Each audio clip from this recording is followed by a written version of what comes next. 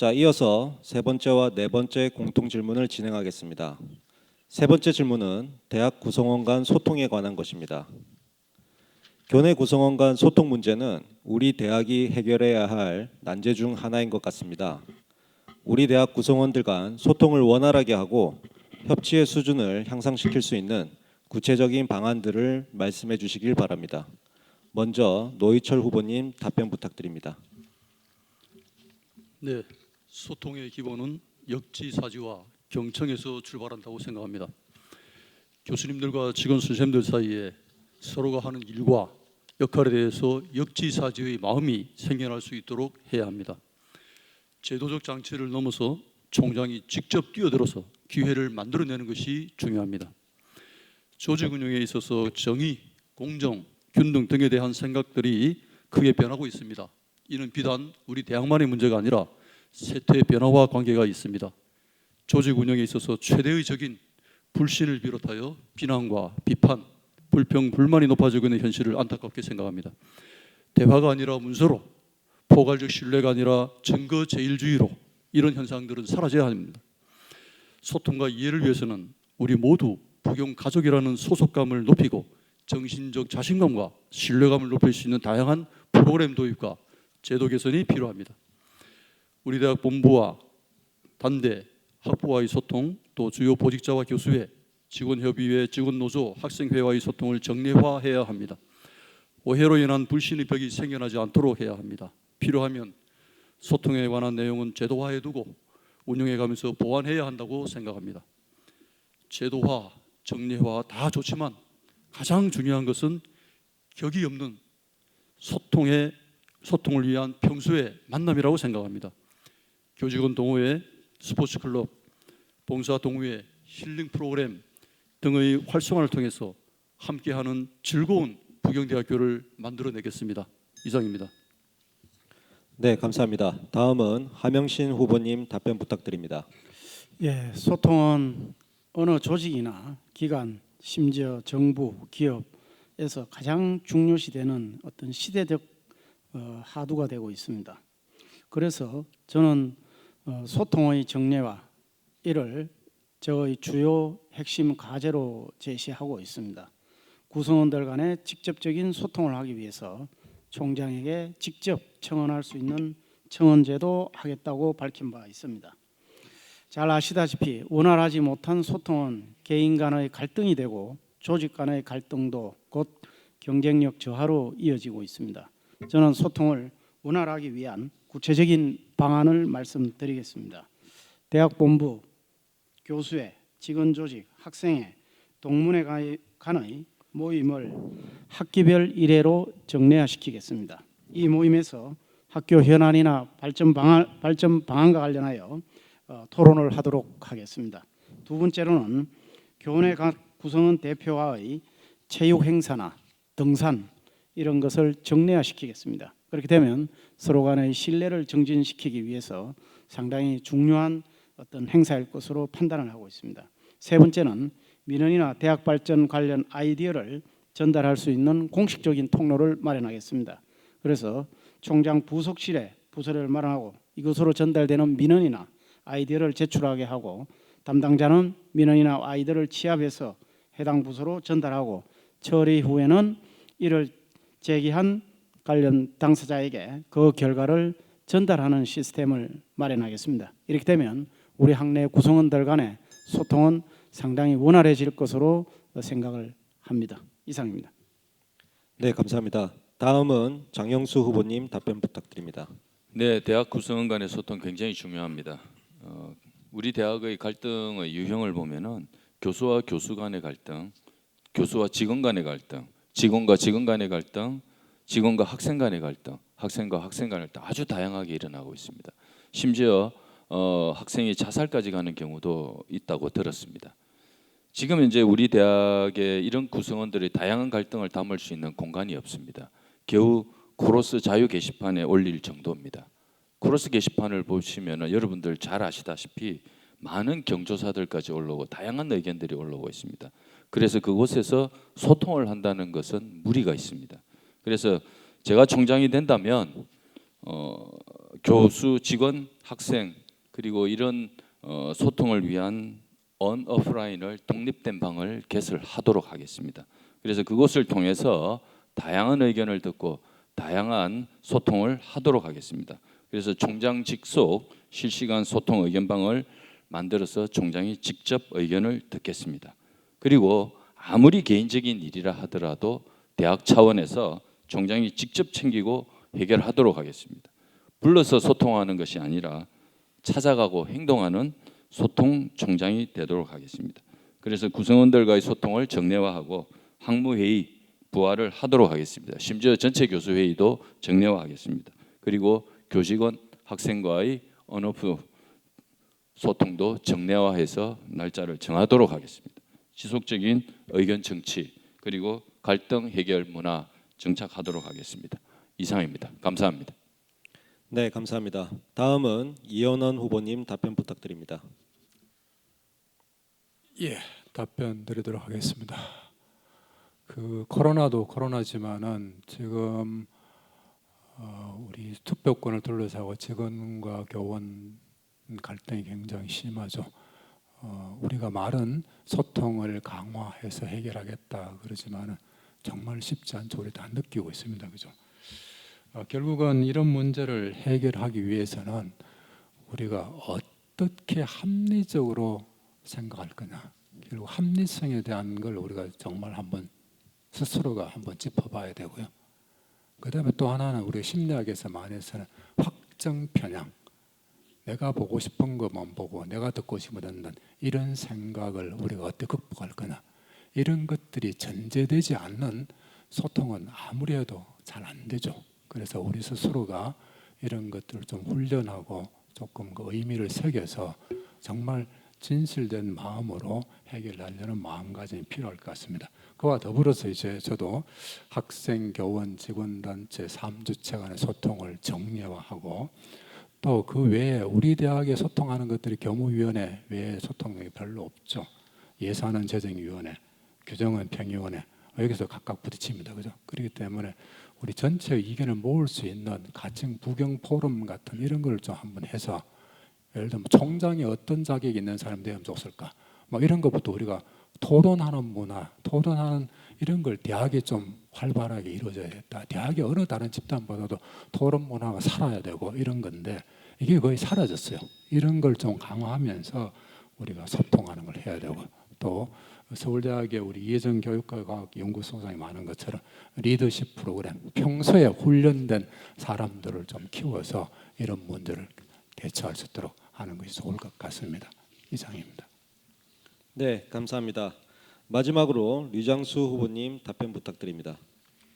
예, 조정과 중재를 경험한 지가 25년이 넘은 것 같습니다.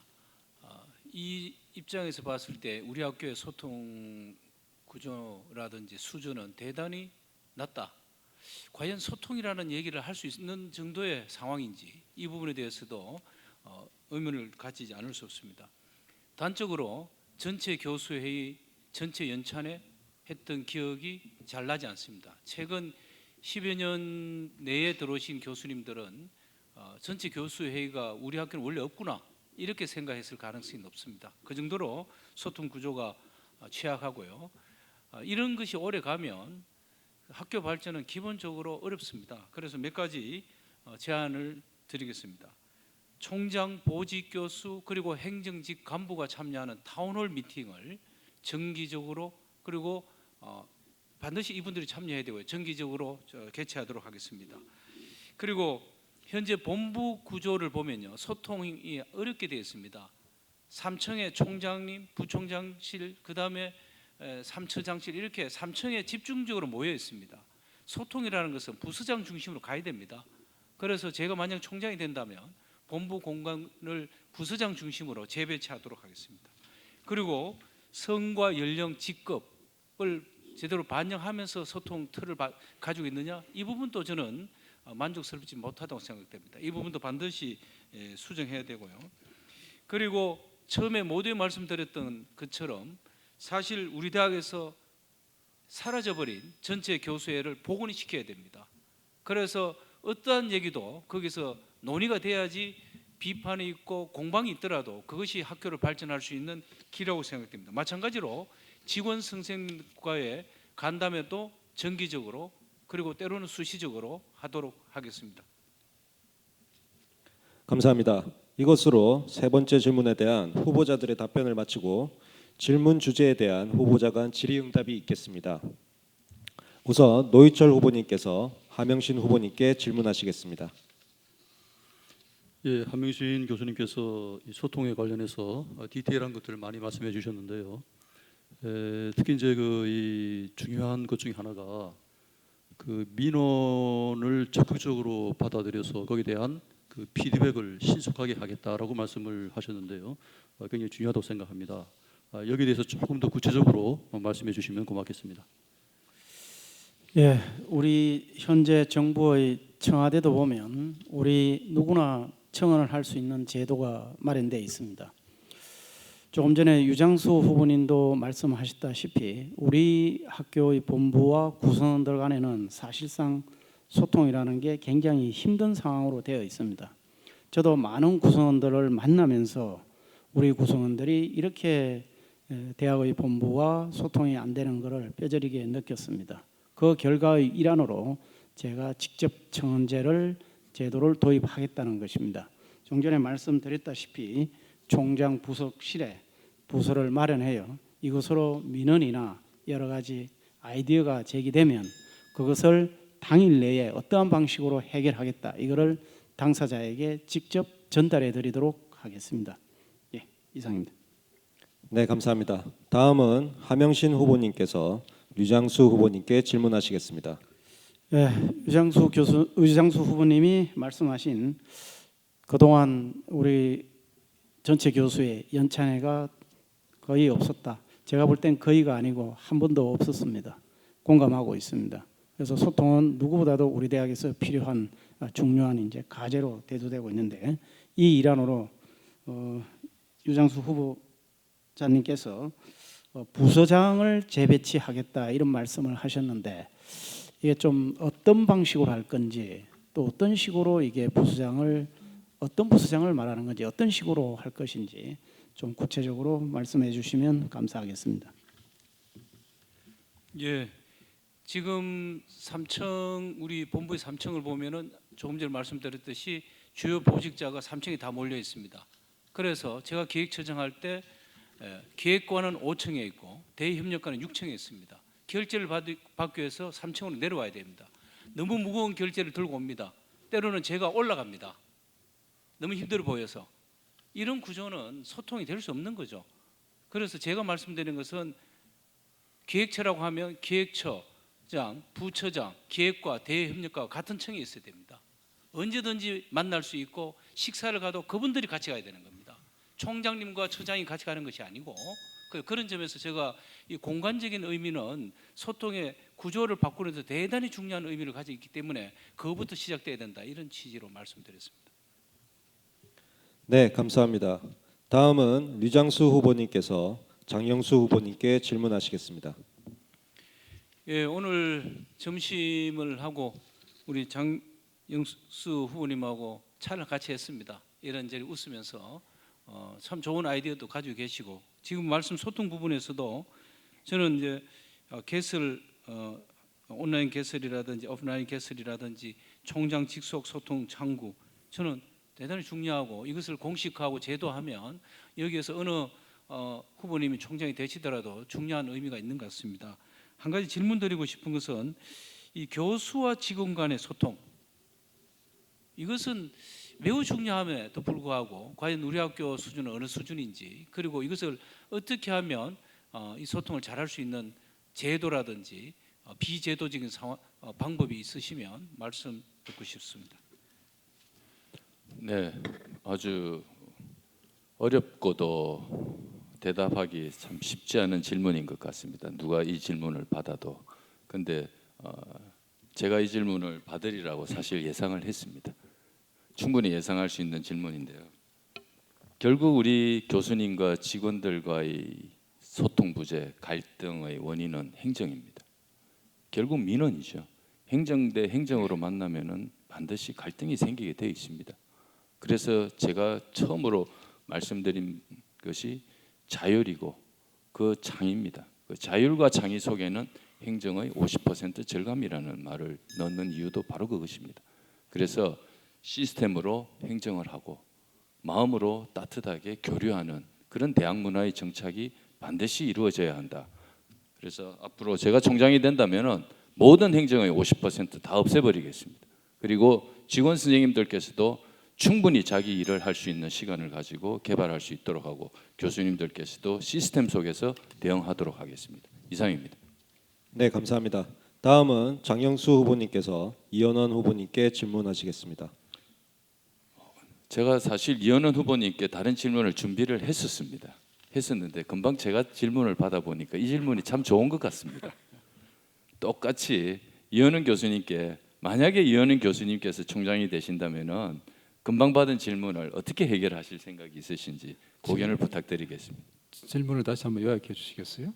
우리 유장수 후보님께서 직원과 교수와 직원 간의 지금 현재 갈등 이 부분을 어떻게 하면은 서로 소통할 수 있는가 그리고 해소할 수 있는가에 대해서 저희 생각을 물어봤는데 제가 소견이 좀 짧다 보니까 우리 이현은 교수님의 고견을 듣고 싶습니다. 이상입니다. 예, 답변 드리도록 하겠습니다. 제가 조금 전에 말씀드린 것처럼 결과적으로 이견이 다를 경우에 우리가 어떻게 중재를 하고 해야 되느냐 하는 문제에 있어서는 사실은 만남이 중요할 수도 있고 안 중요할 수도 있습니다. 그래서 평소에 굉장히 신뢰가 쌓여 있는 아주 친한 관계를 하더라도 이해관계가 얽히면은 굉장히 달라집니다. 그래서 친소관계, 감성적인 이런 부분이 문제 해결에 굉장히 중요한 팩터 중에 하나입니다만은 본질적으로는 그 문제에 대해서 우리가 합리적으로 생각할 수 있느냐. 제가 좀 최근에 합리성이 뭔가 하는 화두를 들고 오랫동안 고민을 하고 있는데 정말 합리적인 생각을 하게 되면은 그 문제는 해결될 수 있다고 생각합니다. 그런데 이 문제를 전부 자기 확정 편향적으로 생각하면은 해결책이 없습니다. 이상입니다. 네, 감사합니다. 마지막으로 이현원 후보님께서 노희철 후보님께 질문하시겠습니다. 예, 그 우리 장영수 교수님이 갑작스레 질문을 바꿔서 저한테 질문하는 바람에 제가 조금 질문하고 싶은 우리 노희철 교수님 질문하고 싶은 마음을 제가 스스로 답을 좀 하는 이런 꼴이 됐는데 어쨌든 그런 부분에 대해서 우리가 한 번 더 우리 노 교수님 우리 다 같이 고민해 볼 보니까 결과 소통을 정례화하고 소통을 하겠다 굉장히 중요한 얘기입니다. 그런데 결론은 소통하고 난 다음에 어떤 결론을 끌어내야 되는데 지금 교원과 직원 간의 문제처럼 어떤 부분이 합리적이고 어떤 부분이 자기 단체의 확정 편향에 사례되는 분간하기가 정말 어렵거든요. 그런 부분에 대해서 한번 고견이 있으면 한번 말씀해 주시면 고맙겠습니다. 예, 감사합니다. 제가 2014년부터 2년간 산업협력단장으로 일을 했었는데요. 단장으로 일을 하자마자 바로 이 문제가 발생했습니다. 고가 장비가 들어왔는데 곧 그동안 쓰지도 못하고 조금 있으면 감사를 받아야 되는 그런 상황이었습니다. 왜 이 장비를 못 썼냐고 하면은 거기에 액세서리하고 몇 가지가 더 들어왔어야 되는데 그게 이제 문제가 해결이 안 됐던 거예요. 그래서 그거를 매번 회의할 때마다 뭐 올라오는데 저는 내용을 몰랐으니까 그래서 이게 이대로 가면은 큰일 난다. 그래서 제가 몇 번 이야기를 듣다가 도저히 이게 무슨 방법이 있어야 되는데 할 수 없이 그래서 제가 이제 현장에 좀 갔습니다. 현장에 가서 확인을 해보니까 현장에 담당하시는 분과 말씀을 통해 가지고 하다 보니까 바로 옆에 솔루션이 있었습니다.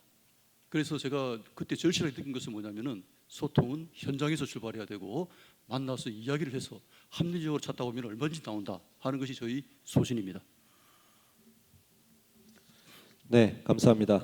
이것으로 세 번째 질문을 마치고 마지막 공통 질문으로 넘어가겠습니다. 마지막 질문은 4차 산업혁명 시대에서 우리 대학의 연구 및 산학협력 역량에 관한 질문입니다. 4차 산업혁명 시대에서는 사회 전반에서 요구되던 전문성과 역량의 패러다임에 큰 변화가 있을 것으로 생각됩니다.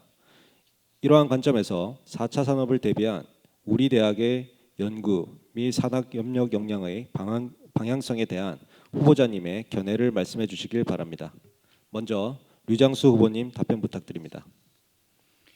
예, 4차 산업혁명의 도래는 대학 측면에서 보면 기존의 서열 구조를 흔들 수 있는 대단히 중요한 계기가 될 수 있습니다. 새로운 산업 방향이 나타나게 되고 거기에 맞춰서 어떠한 인력을 얼마나 신속하게 그리고 정확하게 그리고 풍부하게 제공하느냐 하는 것은 그 대학의 위치를 바꿀 수 있는 도약의 기회죠. 이를 위해서 저는 우리 대학을 동남권 최고 창의 융합 인재 양성 대학으로 하겠다고 공약을 발표한 적이 있습니다. 인공지능 그리고 빅데이터 교육을 강화하고 지역 주민을 대상으로 4차 산업혁명과 인공지능 평생교육 강화를 통해서 정부의 사업을 우리가 유치를 함으로써 수입도 느리고 동시에 거기 인프라도 우리 학교에 깔 수 있는 그런 기회를 얻을 수 있을 것입니다. 구체적으로는 서울대 데이터 사이언스 대학원 그리고 서울대 빅데이터 연구원과 연계해서 인력과 컨텐츠를 공유하도록 하겠습니다. 그리고 4차 산업혁명 관련된 교육과 연구의 선순환이 필요합니다. 교수와 학생 간의 협력 기반, 문제 해결형 그리고 프로젝트형 실습 교과와 함께 교수 학습 지원을 강화하고 그리고 신기술 분야와 미래 산업 분야의 신임 교수를 유치할 필요가 있고 그 분야에 연구하고 있는 그리고 교육하고 있는 교수님들에 대한 인센티브를 강화할 필요가 있습니다. 그리고 기장 캠퍼스에 현재 진행되고 있는 스마트 양식 클러스터 이것을 성공적으로 진행할 수 있도록 적극 지원하겠습니다. 예, 이상입니다. 네, 감사합니다. 다음은 하명신 후보님 답변 부탁드립니다. 예, 4차 산업에 대비해서는 연구와 교육 방향이 좀 달라져야 될 것 같습니다. 먼저 연구 부분에 있어서는 우리가 개별적 연구에서 탈피해서 이제는 융복합 연구의 방향으로 나가야 될 것이고 주체도 개인 중심에서 이제는 팀제 연구 방향으로 유도를 해나가야 될 것 같습니다. 교육 부분에서 우리 대학도 이런 4차 산업에 대비해서 2019년에 사회복지 융합전공, 데이터 사이언스 융합전공, 2020년에 드론 환경 대기 공간 정보 융합전공을 신설하여 나름대로 대비를 해가고 있다고 판단을 하고 있습니다. 4차 산업의 핵심인 공학입니다. 공학을 중심으로 우리 대학이 인문, 사회, 자연, 수해양, 보건, 의료 등 이제는 우리 대학도 융합하는 방향으로 연구 방향을 설정해 나가야 된다고 생각합니다. 산업혁명의 역량 그 방향성에 대해서는 많은 전문가들이 여러 가지 변화들 중에서 건강 및 보건, 의료 부분을 가장 많이 언급하고 있습니다. 우리 정부도 이에 대한 많은 재원을 투입하고 있고 저 또한 이런 정부의 방향에 공감하고 있습니다. 그래서 이런 시대에 대비하기 위해서 병원 설립을 공약으로 제시하고 있고 다행히 우리 대학은 이와 관련된 간호학과, 의공학과, 식품 관련된 학과들을 보유하고 있습니다. 그래서 4차 산업 시대의 연구 역량은 공학을 기반으로 의료, 수해양을 잘 융합하면 우리는 국내 최고의 또 다른 특성화 분야를 하나 갖추게 될 것입니다. 또한 4차 산업이 가속화되어 갈수록 인문정신도 굉장히 중요한 요소로 작용하고 있습니다. 인문교육의 강화도 함께 실천해 나가야 되리라 봅니다. 이상입니다. 네, 감사합니다. 다음은 장영수 후보님 답변 부탁드립니다. 네, 4차 산업혁명 시대 연구 굉장히 중요합니다. 저는 이미 제 선구 팜플렛에 인간과 생명 AI가 융합하는 그런 대학을 만들겠다라고 이미 공약으로 내세우고 있습니다. 현재 우리 대학이 국내 33위권에서 20위권으로 도약하고자 하고 세계 랭킹 1000위 안에 들고자 한다면은 기존의 틀로서는 절대 되지가 않습니다. 무엇을 가지고 이것을 올리겠습니까? 결국 행정과 규제를 없애야 됩니다. 그리고 파격적인 지원을 해야 됩니다. 그리고 이런 파격적인 지원에는 파격적인 도전도 필요합니다. 그래서 저는 모두가 다 같이 공감을 하신다면 IT 단과대학까지도 설립을 해야 한다고 생각을 합니다. 그래서 IT 단과대학을 설립을 하고 4차 산업혁명에 관련된 교육도 의무화하는 이런 파격적인 형태의 변화가 되지 않고서는 우리 대학은 4차 산업혁명 시대에 걸맞는 연구대학으로 한 발짝도 나가기 어렵다 이렇게 생각합니다. 그리고 산학협력 부분에 대해서 말씀드리겠습니다. 산학협력 부분 역시 용당 드래곤밸리에 지금 300여 개의 업체가 입주하고 있습니다. 1단계로서 채워 넣는 것은 굉장히 중요하고 우선적이었다고 생각합니다. 그러나 2단계에서는 질적인 변화가 필요합니다. 질적인 변화라는 것은 앞으로 AI, 드론, 로봇 등과 같은 산학협력으로 더욱더 확대해야 되겠습니다. 현재 세계 1위의 드론 기업인 DJI라든지 국내 1위 기업인 헬셀 같은 경우 이런 업체들을 우리가 공동 파트너십을 형성을 해서 산학협력 회사로서 유치를 해야 되겠습니다.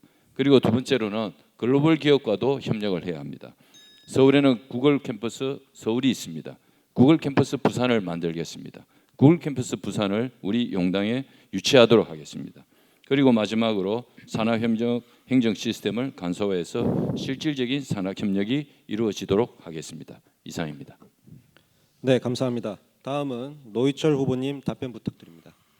세계경제포럼의 4차 산업혁명센터에서는 인공지능, 빅데이터, 스마트시티, 정밀기계 등의 4차 산업혁명 핵심 기술들을 연구하고 있습니다. 우리 대학에도 4차 산업혁명 관련 연구들이 다양하게 진행되고 있습니다. 2018년도 4차 산업혁명 혁신 선도대학에 선정이 되어서 스마트 헬스케어 분야의 신산업 분야를 개척하고 있습니다. 작년에는 인공지능 연구소가 발족되어서 인공지능 관련 산학연관의 구심체 역할을 하고 있습니다.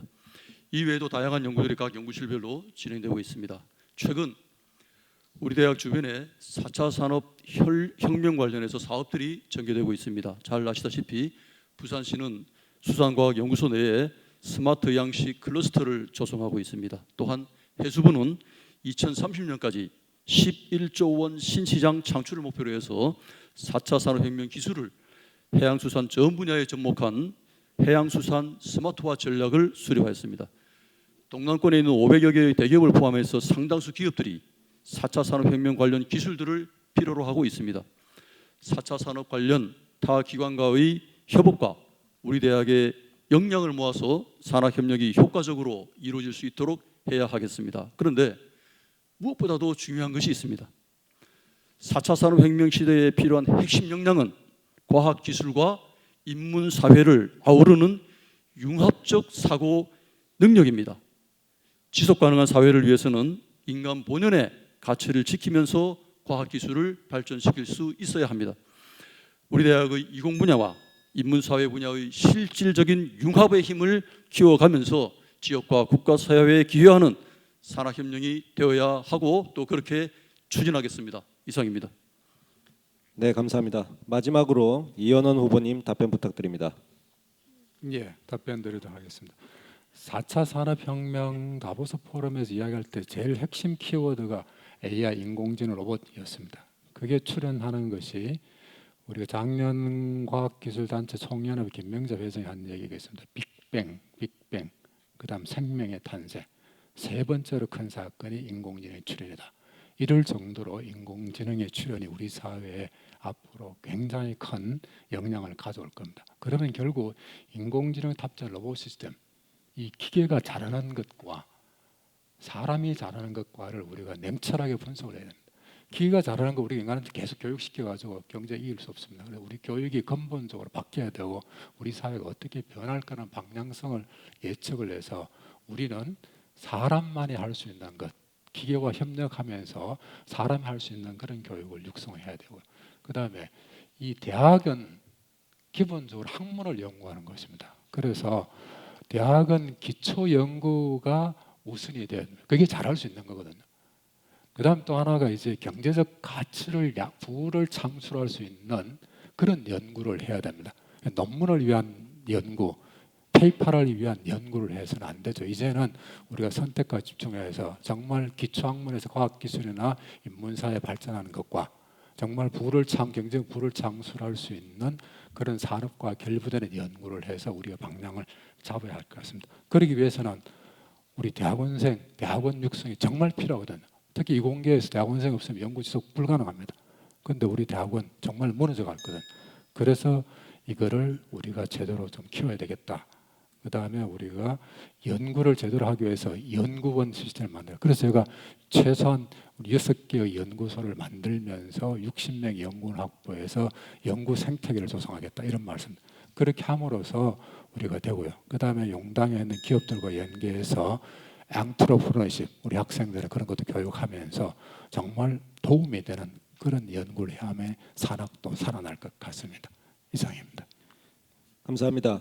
이것으로 마지막 공통 질문에 대한 후보자의 답변을 마치고 질문 주제에 대한 후보자 간 질의응답이 있겠습니다. 먼저 류장수 후보님께서 장영수 후보님께 질문하시겠습니다. 예, 오늘 4번 질문 중에서 3번을 제가 장영수 후보님께 질문을 드리는 추첨을 하고 말았습니다. 오늘 점심 같이 있었다는 것 때문에 이게 그 추첨에 영향을 줬는지 그렇게 되었습니다. 우리 장 후보님 말씀을 들으면서 두 가지가 아주 주목이 되는데요. 그 관련해서 질문을 짧게 드리겠습니다. 하나는 IT 단과대학은 지금의 공과대학과 어떤 관계가 있을 것인지 뭐 신설을 생각하고 계시니까요. 그다음에 저는 두 번째는 정말 좋은 공약이라는 생각이 듭니다. 구글 캠퍼스를 유치하겠다. 정말 너무 매력적이라서 제가 이걸 좀 썼으면 좋았을 걸 이런 생각을 가지고 있습니다. 이거 근데 구체적으로 이걸 어떻게 유치할 수 있을까라는 그 방법에 대해서 말씀해 주시면 고맙겠습니다. 지금 IT 단과대학을 가지지 못하면은 IT 관련된 국가 프로젝트에 지원 자격이 없는 경우가 거의 대부분입니다.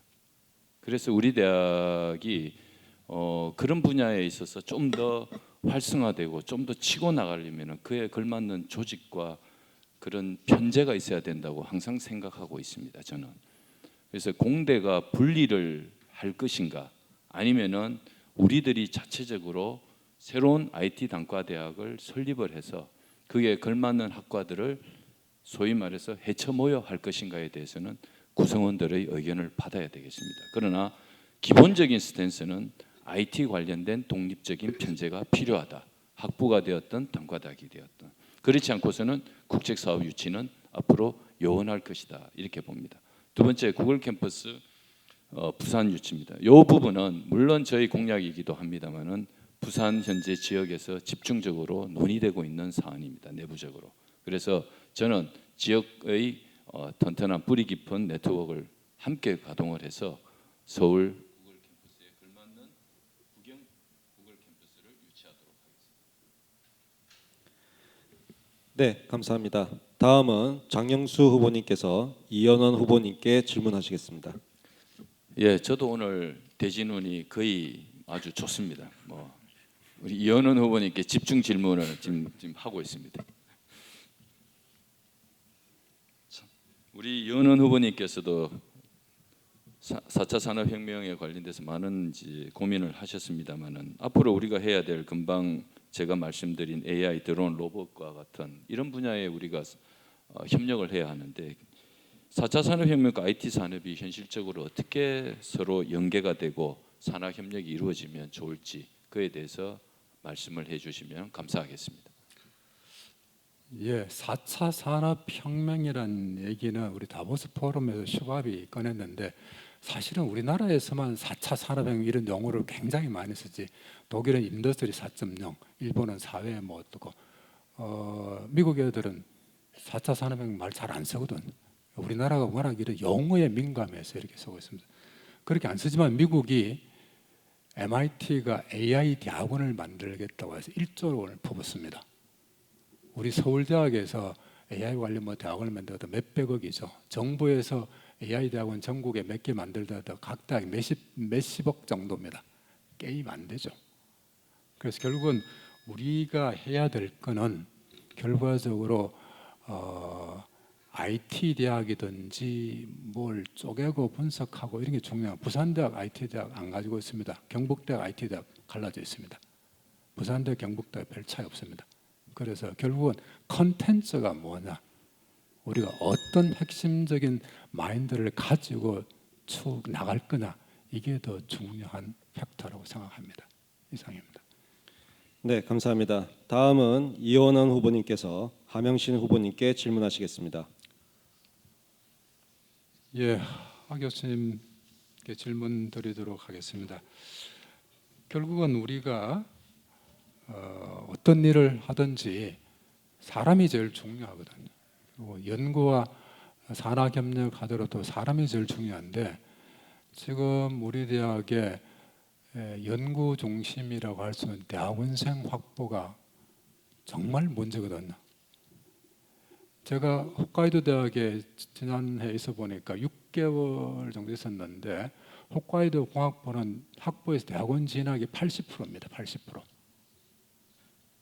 근데 우리의 거점대학, 부산대학, 경북대학 20%도 안 되거든요. 우리 대학은 5% 미만이죠. 이렇게 해서 어떻게 될 거냐. 그래서 이 4차 산업의 연구 확보를 위해서 대학원생 확보가 정말 절실한데 이 부분에 대해서 좀 아이디어가 있으시면 좀 부탁드리겠습니다. 예, 4차 산업 시대에 우리 대학원생이 없으면 교수님들의 연구 참 힘들다는데 공감을 하고 있습니다. 저는 우리 대학이 대학원생을 확보하기 위해서는 우리 학교의 학석사 연계 과정을 효율적으로 잘 관리하고 운영하면 우리 대학원생을 확보하는데 큰 어려움은 없지 않을까 이렇게 생각하고 있습니다. 제 개인적으로는 우리 후보자님들도 잘 알고 계시다시피 제 1남 2녀 중에 아들이 우리 공과대학 토목공학과에 다니고 있습니다. 그래서 한 번씩 얘기를 하고 친구들하고도 얘기를 해보면 학석사 과정에 대해서 메리트가 아직까지는 작용하지 않다 이렇게 보고 있고요. 두 번째로는 외국인 유학생을 우리가 이제는 그냥 있는 상황에서 이제는 찾아가서 교수님들이 직접 이 대학원생을 데리고 오면 저는 공약에서도 말씀드렸다시피 대학원생의 세미나나 논문지들을 책임 시수로 인정하는 방향으로 하면 교수님들이 좀 더 외국인 유학생의 발을 벗고 나설 것이라 생각하고 있습니다. 이런 두 가지만 잘 활용하면 우리 학교의 대학원. 네, 감사합니다. 다음은 하명신 후보님께서 노희철 후보님께 질문하시겠습니다. 예, 노희철 후보님께서도 많은 준비를 하셔서 4차 산업혁명 사업에 대해서 얘기를 하셨습니다. 스마트 헬스케어나 인공지능 연구소라든가 해양수산 스마트 전략을 말씀하셨는데 저도 이 중에서 이 해양수산 스마트 전략에 많은 관심을 갖고 있습니다. 그렇다면 말씀하신 대로 해수부가 11조 원을 예산을 투입해서 이쪽을 활성화시킬 계획으로 있다면 과연 그러면 우리 대학은 어떠한 방향으로 접근을 해서 이 거대한 금액을 학교에 좀 유치해 올 수 있을 것인지 그에 대한 어떤 구체적인 방안을 말씀해 주십시오. 예, 감사합니다.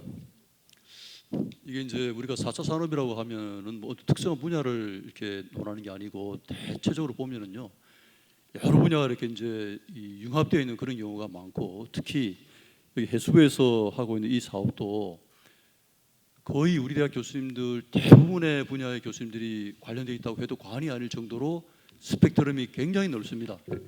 공학뿐만 아니라 뭐 기계 여기도 보면은 저 자동화하고 뭐 이런 거 다 들어와 있기 때문에 그래서 그 특별하게 이거를 뭐 따로 생각할 필요는 없고요. 우리 대학이 가지고 있는 우리 교수님들께서 잘 하고 있는 역량들을 잘 모아가지고 여기서 무엇을 하고 있는지 파악만 하면 됩니다. 거의 그렇게 하면 지금 교수님들께서 제가 이렇게 좀 파악을 해보니까 아주 다양한 분야의 4차 산업 관련된 역량들을 가지고 계십니다. 그래서 일을 해나가는 것은 별로 어렵지 않다라고 그렇게 생각하고 있습니다. 이상입니다. 네, 감사합니다. 마지막으로 노희철 후보님께서 류장수 후보님께 질문하시겠습니다. 예, 류장수 교수님께서 그 4차 산업혁명 시대를 대비해서 여러 가지 좋은 말씀을 많이 해주셨습니다. 저도 사실은 이제 좀 관심을 갖고 있고 또 해야 할 일 중에 하나로 생각하는 것이요. 아까 말씀 중에 그 AI 빅데이터 교육을 좀 강화해야 되겠다라고 하는 말씀을 하셨는데 이 부분을 조금 더 고민하신 부분을 조금 말씀해 주시면 고맙겠습니다. 예, 말씀드리겠습니다. 제 공약에 짧게 적혀 있습니다. 지금 두 가지를 말씀드릴 수 있는데 하나는 우리 학생들입니다. 우리 학생들 이게 좀 이제 단계적으로 접근해야 될 것 같은데 우선 1학년 학생들에게 전체에게 이공계 학생들에 대해서는 4차 산업혁명에 따르는 사회의 변화 그리고 그것의 생활의 변화 이런 것을 집중적으로 강의를 하고요. 교양으로.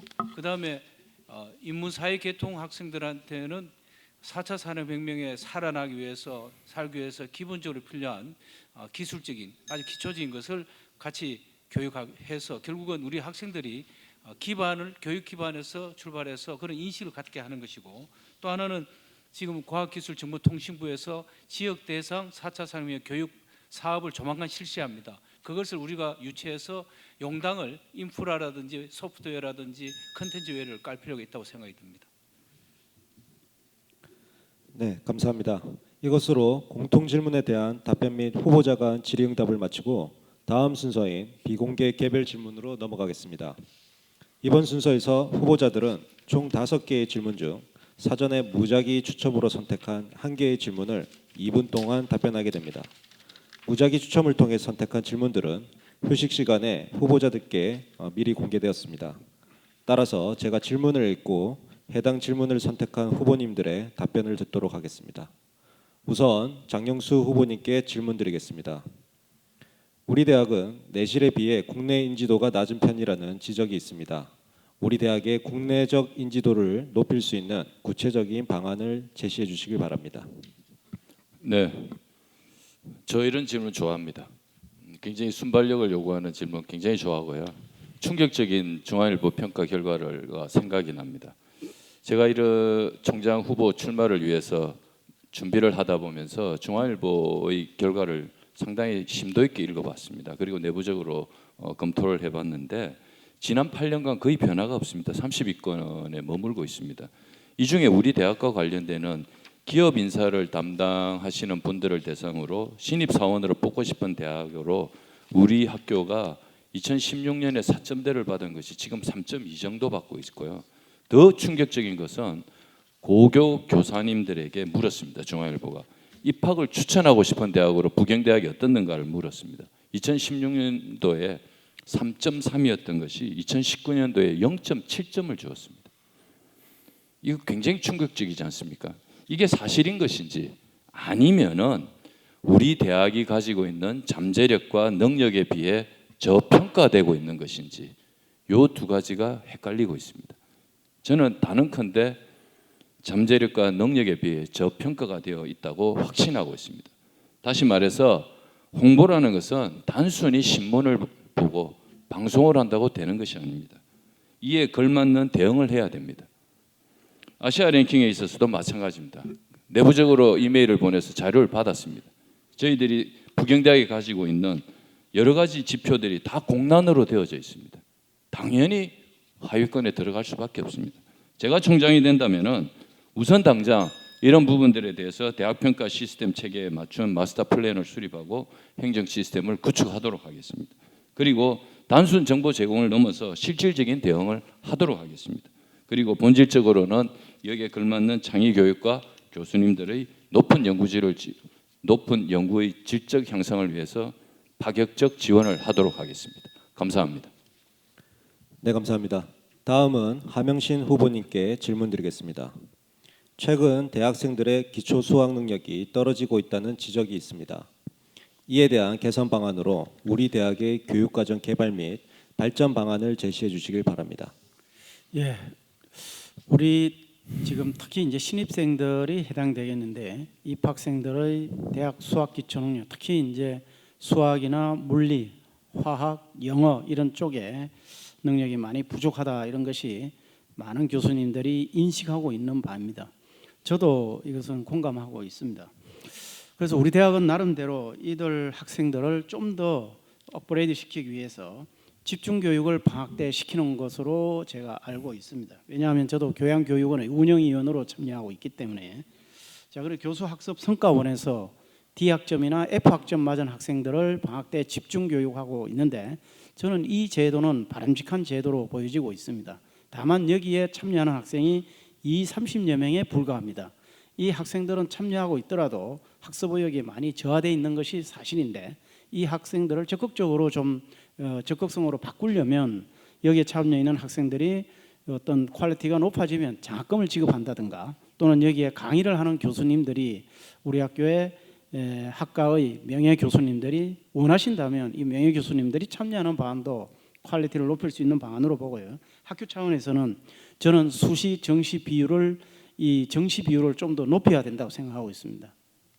우리가 수시 비율이 높다 보니까 부산 지역에 소재하고 있는 고교가 우리 학교에 들어오기가 너무 어렵다고 많은 컴플레인을 하고 있는 상황입니다. 두 번째로는 입학 시에 선정할 때 단대별 특성을 좀 고려한 입학 선정이 좀 필요할 것 같습니다.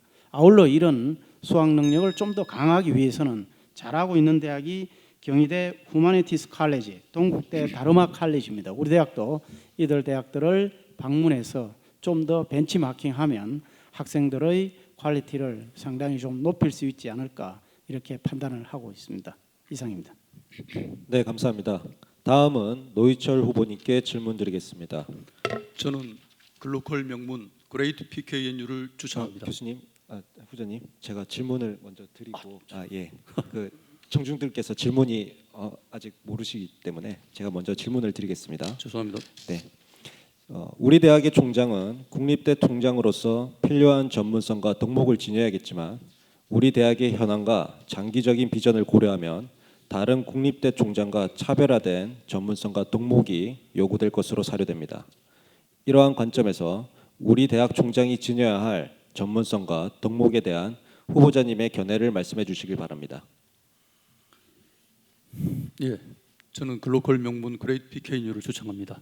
명문대는 공부하고 싶어서 학생들이 몰려드는 대학입니다. 가능합니다. 어떻게 하면 될까?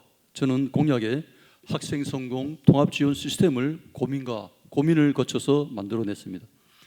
1학년 동시에 입학과 동시에 바로 동기부여가 돼야 됩니다. 확실하게 졸업 후에 취업이 되도록 해야 됩니다. 기업을 알아야죠. 저는 30년 전에 벤처기업을 창업해서 무에서 유를 창출했습니다.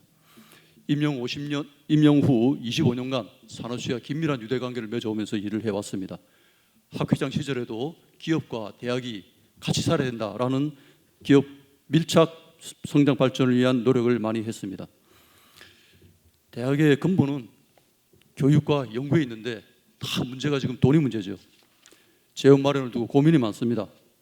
저는 부경홀딩스에 200억 규모의 펀드를 유치해서 우리 손으로 스타트업들을 확실하게 키우고자 합니다.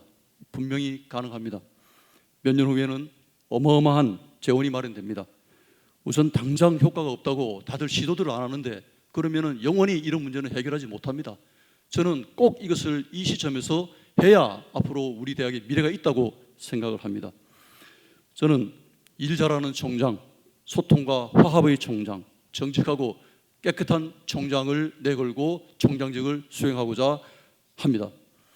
총장의 덕목에 대한 질문을 하셨는데요. 저는 이 일 잘하는 총장, 소통과 화합의 총장, 정직하고 깨끗한 총장이 되겠다는 걸로 말씀을 드리겠습니다. 이상입니다. 네, 감사합니다. 다음은 류장수 후보님께 질문 드리겠습니다. 학생들의 취업 문제 해결을 위한 우리 대학의 그간의 노력에 대해 평가해 주시고 보완책을 제시해 주시길 바랍니다. 예, 지금 우리 학교 인재 개발은 중심으로 조직이 만들어져 있고 그리고 교수님들 교육 자체가 취업에 영향을 주는 것이니까요. 열심히 하고 있는 것을 저는 인정하고 있습니다. 그러나 몇 가지 점에서 아쉬움 그리고 개선해야 될 게 나오는 것 같습니다. 지금 실태를 보면 취업률은 우리는 부산에서 거의 부산에 있는 대학 중에서 거의 제일 밑에 하위. 그다음에 취업의 질은 예전엔 탑 수준이었는데 최근 조금 떨어지는 것 같습니다. 그래서 율도 낮고 그다음에 질도 조금씩 떨어지는 상위에 있습니다만 질도 좀 떨어지는 이것이 지금 우리 현 주소입니다. 이것을 개선하기 위해서는 우선 조직 부분, 그다음에 프로그램 부분, 그리고 거기에 관련된 사람의 문제가 있을 수 있습니다. 조직은 앞에서 제가 말씀드렸기 때문에 자세히 말씀드리지 않겠습니다만 인재 개발하는 기구를 지금보다 훨씬 더 격상시키고 총장이 직접 체크하는 부분까지 격상시켜야 될 필요가 있다고 생각됩니다. 그리고 프로그램은 지금 여러 가지 프로그램이 있습니다만 거기에 참여하는 학생들이 생각보다 그렇게 많지 않습니다. 그것은 학생의 잘못이든 아니면 프로그램의 잘못이든 아니면 전달 체계에서 잘못이든 어떤 문제가 있는 겁니다. 이 부분에 대해서 저는 프로그램을 고급화시키고 그 프로그램을 이수하면은 취업에 도움이 되면 학생들이 오지 말라고 해도 몰립니다. 그런 고급의 프로그램 도입. 그것과 관련해서는 지금 정부와 지자체가 대학에 초점을 맞춰서 취업에 관련된 사업들은 너무나 많습니다. 추경에서 너무나 많기 때문에 그런 사업을 정확히 연결해서 유치한다면 예산 문제, 프로그램 문제를 동시에 해결할 수 있다고 생각됩니다. 그리고 인력 부분에 있어서는 결국 전문가 영입이 필요합니다. 그리고 교육에 있어서는 여러 번 강조하고 있습니다만 산학 협력을 강화시키는 노력들이 같이 가져야 된다고 생각합니다. 네, 감사합니다. 마지막으로 이현원 후보님께 질문 드리겠습니다. 용당 캠퍼스의 활용 효율성을 높일 수 있는 구체적인 방안에 대해 말씀해 주시길 바랍니다. 예, 답변 드리겠습니다. 저는 개인적으로 용당에서 가장 오랫동안 생활하다가 마지막으로 대연동으로 내려왔습니다. 그래서 용당 캠퍼스 생각보다 좋은 곳이거든요. 그래서 우리 대학이 발전 방향에서 용당 캠퍼스는 산학협력 전진 기지로, 그다음 대연동은 교육과 연구를 집중하도록 이렇게 지금 발전 전략을 정했습니다. 그럼에도 불구하고 용당이 가지는 지리적인 특성 때문에 굉장히 불편하고 있죠. 그래서 산학협력에 관해서 우리 대학이 분석한 스워트 분석에 따르면은 굉장히 경기 침체에 따른 태거업체가 증가하고 있고 교통 불편에 따른 수요자 허빈 요소가 약화되어 있고 이런 분석을 내놓고 있습니다. 장점으로는 동남권 최대 규모의 BI, 그 다음에 영남 유일의 신규 창업 집적지, 연구개발 특구 지정 이런 것들이 장점으로 거론되고 있습니다. 제가 1차 토론 때도 말씀드렸습니다만 용당 캠퍼스 활용에 대해서는 특정 후보의 이견이 중요한 것이 아니라 우리 대학 구성원들의 합의에 의해서 어떻게 할 건가를 고민을 해야 되는데 제가 드릴 수 있는 아이디어는 우리가 연세대학 송도 캠퍼스를 좀 벤치마킹하자. 그다음 한양대학 에리카 캠퍼스를 좀 벤치마킹하자. 한양대 에리카 캠퍼스는 결국 연구소를 유치하고 기업체 연구소, 공유 연구소를 유치해서 연구를 활성화시켰죠. 우리가 북한 개발 시대에 더불어 그걸 좀 강화하면 될 것 같고요. 그다음 연세대 송도 캠퍼스는 1학년들을 교양학부 학생들이 그쪽에 전부 기숙사 생활을 하면서 교육을 강화했죠. 처음에는 학생들이 굉장히 반발을 했습니다. 지금은 굉장히 좋은 평가를 받. 왜 그런 평가를 받았는가 하는 걸 좀 분석을 해서 우리도 좋은 점을 살려서 장점을 살려서 용당 캠퍼스를 활성화하는 방안의 하나로 했으면 좋겠습니다. 이상입니다. 감사합니다. 이것으로 비공개 개별 질문을 마치고 마지막 순서인 청중 질문에 대한 답변을 진행하겠습니다. 청중께서 제출한 질문지와 유튜브 시청자들께서 채팅창을 통해 제시한 질문들을 수합하여 2개의 질문을 선별했습니다. 참고로 여러 가지 질문들 중에서 지난 토론회에서 제시하셨던 질문들은 제외되었음을 알려드립니다. 답변 순서는 하명신 후보님, 노희철 후보님, 류장수 후보님, 이현원 후보님, 장영수 후보님이 되겠으며 답변 시간은 1분 30초입니다. 첫 번째 질문입니다. 이번 코로나 사태로 온라인 강의가 진행됨에 따라 강의 질에 대한 학생들의 비판이 있었습니다. 향후에도 온라인 강의가 요구될 경우 온라인 강의 질을 개선할 수 있는 방안에 대해 말씀 부탁드립니다. 먼저 하명신 후보님부터 답변하시겠습니다. 예, 우리 모두 갑작스러운 코로나 사태로 인해서 온라인 강의를 할 수밖에 없는 상황에 지금 우리가 놓여 있습니다. 초창기에는 교수님들이나 학생분들 다들 이 뜻하지 않는 상황에 적응하기가 쉽지가 않았는데 갈수록 이제 교수님들이나 학생분들도 만족도가 예상을 초월하여 상당히 높아지고 있습니다. 따라서 저는 이제는 코로나가 진정되더라도 이 비대면 수업은 갈수록 늘어날 수밖에 없다. 이런 상황을 고려해서 저는 주요 공약으로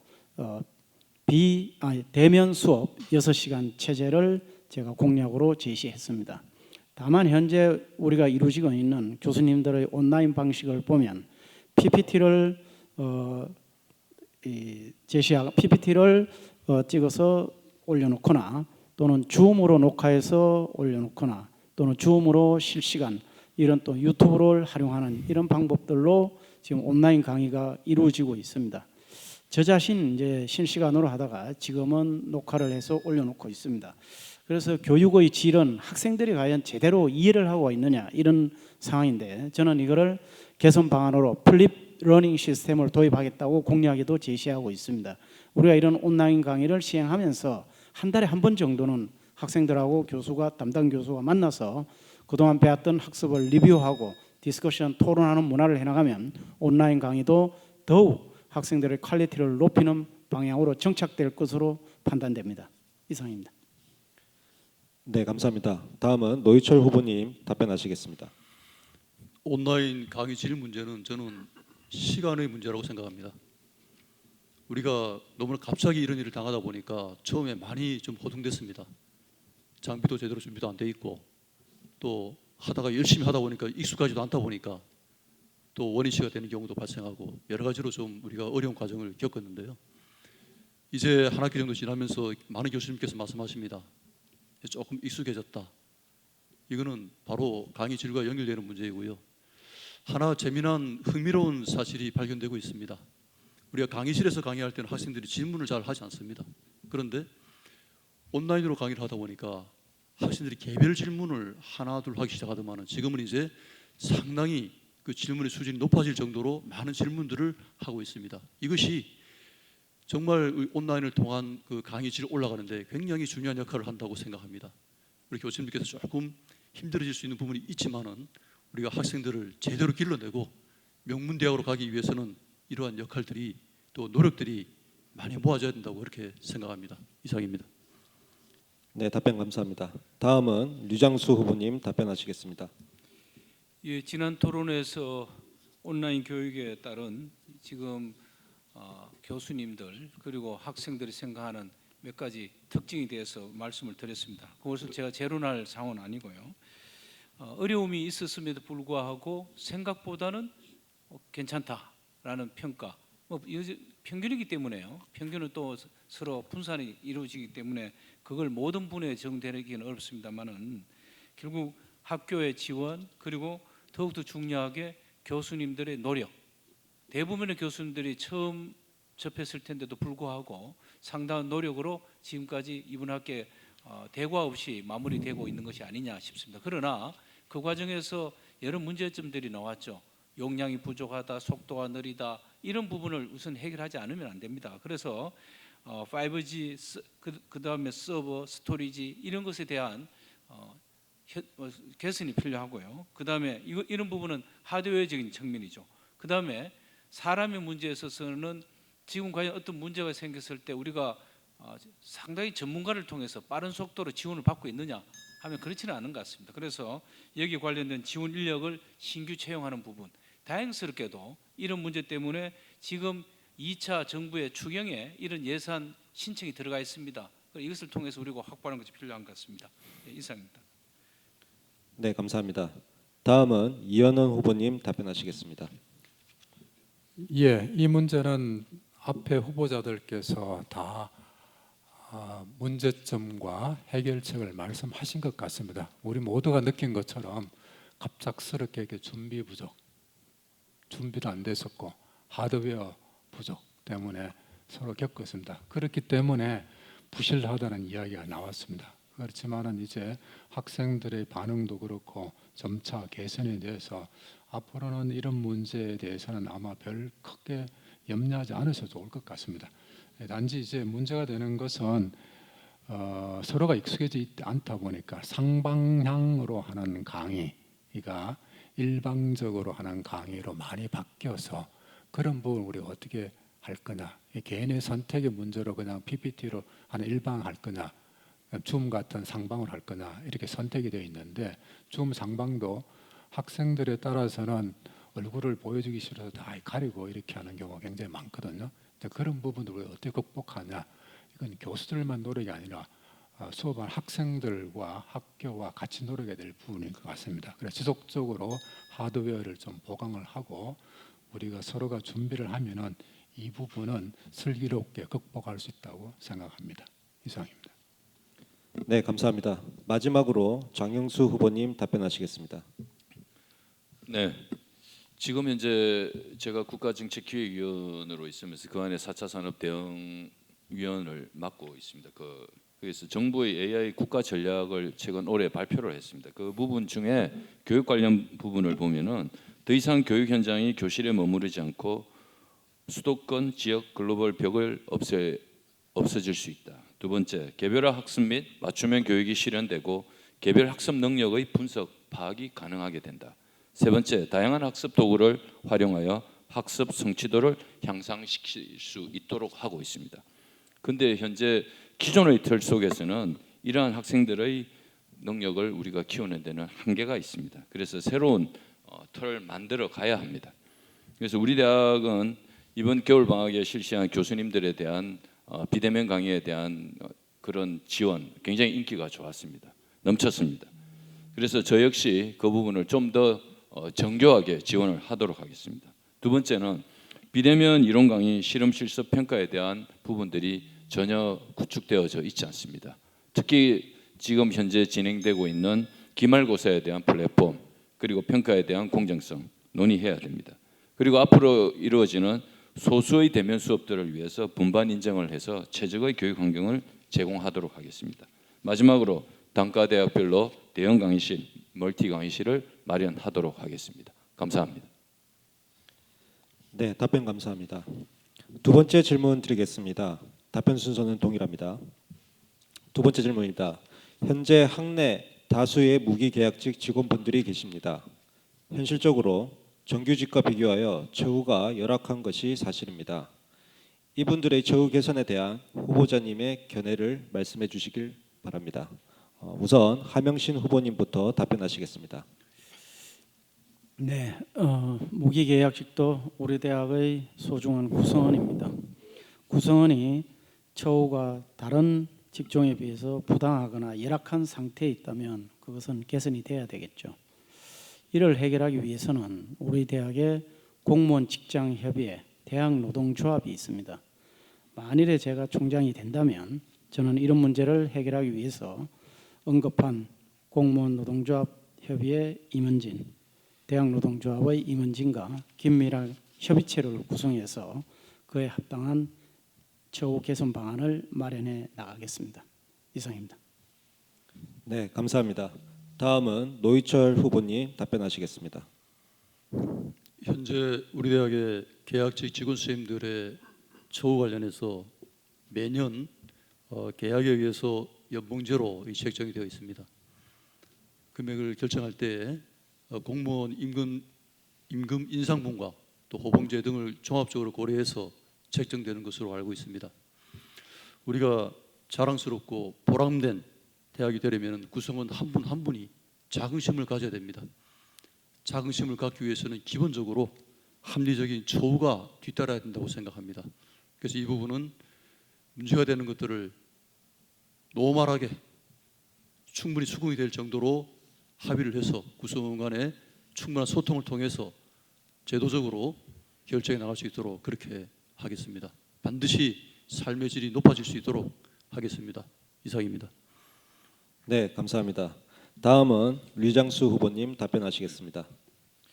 예, 이 질문을 받고 생각나는 것이 이번 정부 들어와서 비정규직의 정규직화 작업을 하면서 교육부의 정규직 전환 심의위원장을 맡았습니다. 그래서 전국적으로 대학, 초중 등까지 포함해서 어떻게 해서 이분들의 여러 가지 임금이나 근로 조건을 삭감시키지 않고 정규직화 시키면서 동시에 안정성과 임금을 확보할 것이냐, 이 부분을 가지고 저희들이 굉장히 논의를 했고요. 그래서 정규직이 되었습니다. 사실 이게 완전한 정규직이라고 볼 수는 없지만 예전에 비하면 그런 성격을 가진 거죠. 그리고 계획처장 시절에 이분들이 신분증을 받는 우리의 공식적인 식구가 되는 자리에 제가 있었습니다. 굉장히 감동적이었습니다. 우리가 함께라는 것을 느낄 수 있었습니다.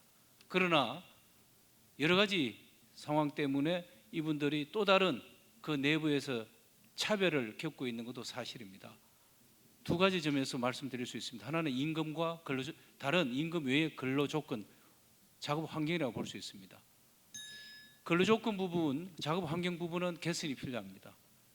인문사회 단과대학에 갔을 때 거기 일하시는 분이 어디에 앉았는지를 제가 보고 있습니다. 적절하지 않습니다. 더 좋은 장소로 옮겨야 됩니다. 임금 부분은 파이를 좀 키워야 됩니다. 그리고 주어진 파이가 있다면 그 주어진 파이에서 우리가 어떻게 하는 것이 합리적인 공동생활을 할 수 있을 것이냐에 대해서 판단이 필요한 시점입니다. 네, 답변 감사합니다. 다음은 이현원 후보님 답변하시겠습니다. 예, 답변 드리도록 하겠습니다. 제가 초대 재정위원장 할 경우에 예산심의를 할 경우에 보니까 직원들의 부류가 결국 국가직, 일반직이라는 국가직, 그다음에 이제 지금 대학 회계직, 기성회계직, 그래서 단기 계약직, 그분들이 그다음 무기계약직으로 이렇게 넘어가요. 지금에 이제 요구하는 게 무기계약직인데 임금 차이가 나는 것에 대해서 질의하셨습니다. 그래서 우리 노동계에서 대원칙으로 정한 게 이런 게 있죠. 동일 노동, 동일 임금. 그래서 무기계약직으로 전환된 분들은 결과적으로 무기계약직에 하는 일과 현재 우리가 일반직이나 대학 회계직에서 하는 일의 차이가 있느냐라는 것을 먼저 분석을 해보고 그게 동일 일이라면은 동일 임금을 받도록 우리가 노력을 해야 될 것 같습니다. 그럴 경우에 항상 문제가 되는 예산이죠. 재정위원회에서 다룰 때 예산 때문에 그러면은 사람을 줄여야 됩니다. 이런 이야기 나오거든요. 그래서 이런 부분 어떻게 보면은 직원을 담당하는 사무국에서도 먼저 논의가 이루어져서 우리 합의가 이루어질 부분이죠. 그렇지만 대원칙은 우리가 동일 임금이면은 동일 노동이면 동일 임금으로 간다는 대원칙 하에서 이 문제를 충분히 논의해야 될 걸로 생각합니다. 이상입니다. 네, 답변 감사합니다. 마지막으로 장영수 후보님 답변하시겠습니다. 네, 우리 모두가 부경 가족입니다. 자율과 창의가 넘치도록 우수한 분들이 우리 부경대학 가족으로 오랫동안 계셔야 합니다. 그래서 저는 처우 개선 방안으로 몇 가지를 생각을 해보았습니다. 우선 우수한 인재 채용을 위해서 공정성이 확보되어야 합니다. 그리고 재계약을 위한 평가 역시 공정하게 이루어져야 합니다. 그래서 이분들의 안정성을 확보하도록 하겠습니다. 두 번째는 우수한 장기 근속자를 위해서 임금을 포함한 처우를 모두 다 개선하도록 하겠습니다. 세 번째는 특히 현장 중심으로 계시는 분들 그리고 독립된 휴식 공간 그리고 휴식 쉼터가 마련되지 않는 그런 부처에 계시는 분들을 위해서 교직원 복지회관을 건립해서 그곳에 쉼 공간을 마련하도록 하겠습니다. 단기적으로는 우선 제공하도록 하겠습니다. 네 번째, 정기적인 의견 소통을 위해서 간담회를 가지겠습니다. 이 모든 것이 말로만 하는 것은 아닙니다. 재원이 확보되어야 합니다. 그래서 저는 충분한 재원 확보를 위해서 이번 공약에 1,000억 재정을 공약으로 제시하고 있습니다. 이 부분에 대해서 자세히 읽어봐 주시면은 실현 가능할 수 있다라고 확신을 가지실 것입니다. 대단히 감사합니다. 네, 감사합니다. 2차에 걸친 토론회를 준비하시느라 굉장히 수고 많으셨습니다. 이것으로 부경대학교 제7대 총장 임용 후보자 선거를 위한 제2차 공개 토론회를 마치겠습니다. 고생하신 후보자들께 큰 박수 부탁드리겠습니다.